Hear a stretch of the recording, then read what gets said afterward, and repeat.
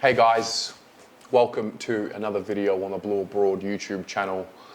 I've got a question. I've never done a video like this before, but I want to know, what are some of the forgotten wins from the Carlton Football Club that you can think of, let's just say in the last 10 years? I kind of want to keep the theme with this group. For a long time, looking at previous wins for this club was frustrating because of the context around the season in which these wins had come from. And so I've been thinking about it and pondering, and I'm going to give you in this video 3 wins which I don't know if they've been forgotten about per se, but I think as time goes on they will be forgotten about. And then, you know, in the comments below I'll get you to do your own. It doesn't have to be in these last 10 years. I'm just going to give you some with, you know, generally the players that are still playing today, or some of them. I want to look at that, and so I'm going to go with 3. The first one was round 4, 2015. Now, this was an interesting time. We had seen a little bit of Patrick Cripps in 2014. He then broke his leg against the D's from memory. And 2015 was, I don't know if you call it the breakout game. I guess so. I think you have a couple of breakout games in a career, but this was the game where Patrick Cripps had won his Rising Star nomination. Now, we did play against St Kilda in New Zealand. It was an Anzac Day themed game that we had played.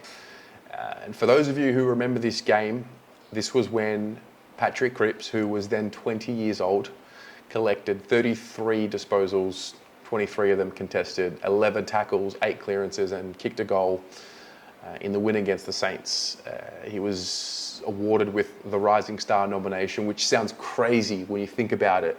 You know, Patrick Cripps, when he won his Rising Star nomination, and I remember a quote, I had to go digging for it. Now, Mick Malthouse was coach at the time.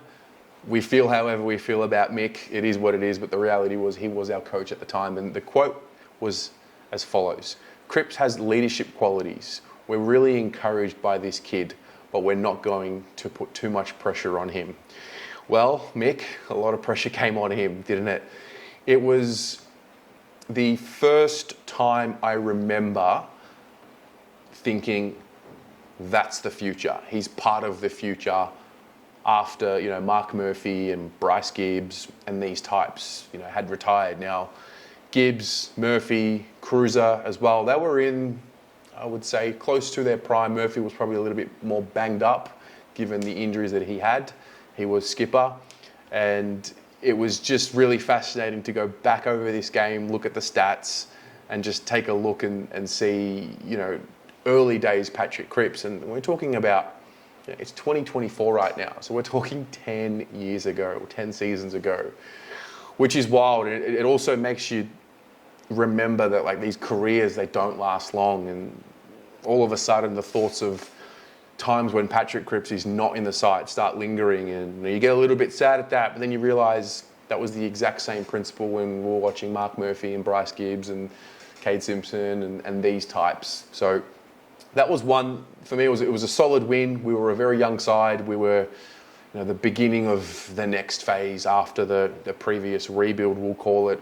It wasn't going anywhere, and you know, we had to make plans post-Judd, and all of a sudden Cripps comes along, this 20-year-old beast, big-bodied midfielder, and it was the first time I really latched onto him. So that's the first one. My second one was a game that we played in round 6, 2017 against the Sydney Swans. To this game, I'll never forget it. It was such a fascinating start to the year. We thought we would be a little bit more improved from the year before, you know, back in the day when we had all the hope at the start of the year, and pretty quickly that hope faded. And I remember this game, I was in Shanghai watching it. I had made a friend named Shannon.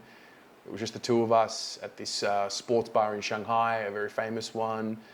And I remember watching it with him, and every goal Carlton kicked, you know, we'd toast our beers and go for it, thinking we don't know how many goals we're going to see or if we're going to win this game, because Sydney were formidable. Buddy was there. They were a good list. They had just lost their first 5 games like we had, and They were the favourites, and I don't know what happened. Something happened, and we won that game. I remember Kade Simpson and Sam Doherty just being everywhere. You know, Doc had 39 possessions on this day, 28 kicks, 11 handballs, 12 marks, 635 metres gained. Like, this was Sam Doherty in his All-Australian year.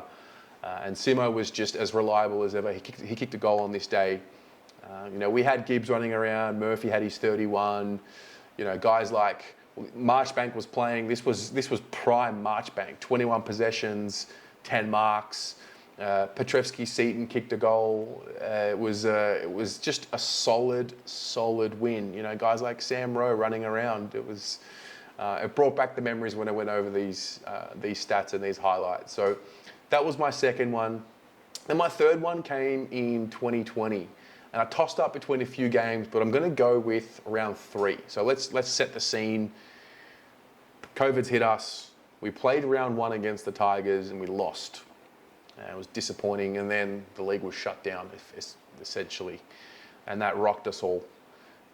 We didn't see football again until we played Melbourne at Marvel, and from memory, they got out to a pretty big lead, and then we chipped it back, but it wasn't enough, and they had just pipped us by a kick and a bit.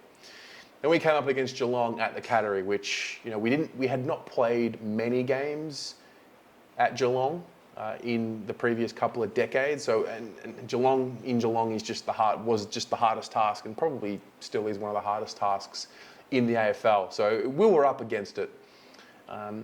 The end score was 77-79. We won 12-7 to 11-11, and I just remember the final play, Eddie Betts with that tackle, and we'd finally beaten Geelong in Geelong.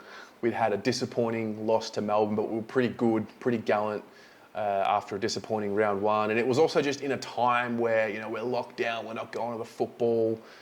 This was all we had. And, you know, we're watching for 2.5 hours to forget about the fact that we're all locked down in our homes. And I remember a few things. I remember the final siren. I remember thinking, oh my God, we might actually be good this time around, because beating Geelong was just a milestone that we had not ticked off in my lifetime. I had not remembered beating Geelong there ever. And so that was big. And then there were somewhere on the internet, there is footage of Paul Sebastiani, the great Paolo. At the time, I believe he was working at Liquorland, and he was like watching it on his phone, I'm assuming, and you can see the CCTV footage of him just like slamming his desk and going crazy about it. And so, yeah, it was a good win. I was tempted to put the Western Bulldogs game from 2020 into this list as well. But that was another one which I thought was going to be a monumental win and would be quickly forgotten now that we've played finals. But yeah, those are my 3. There've been plenty, but I want to turn it to you. So what are 3, or as many games as you can think of and you want to, detail in the comments below? What are some, in, the 2000s, what are some of the forgotten wins? The wins that were special on the day or on the night, but for whatever reason will be forgotten about as we, surge up the ladder and hopefully closer to our next premiership. Let me know in the comments below. I'm fascinated to recount some of your memories, because obviously your experience is going to be different to everyone else's, and I think everyone's got certain places that they were at for certain wins, and there's always a story somewhere. So detail yours in the comments below, and I'll read through them. We'll all read through them. So go from there. Go Blues.